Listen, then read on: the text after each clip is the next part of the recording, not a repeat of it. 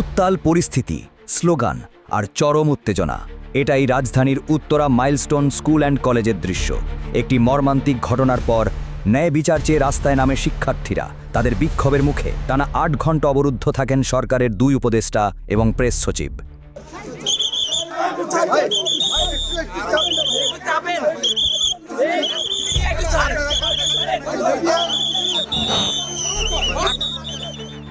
একটি ভয়াবহ দুর্ঘটনা, তারপর থেকেই চিরচেনা কোলাহল হারিয়ে যায়, শোক আর স্তব্ধতায় ডুবে যায় পুরো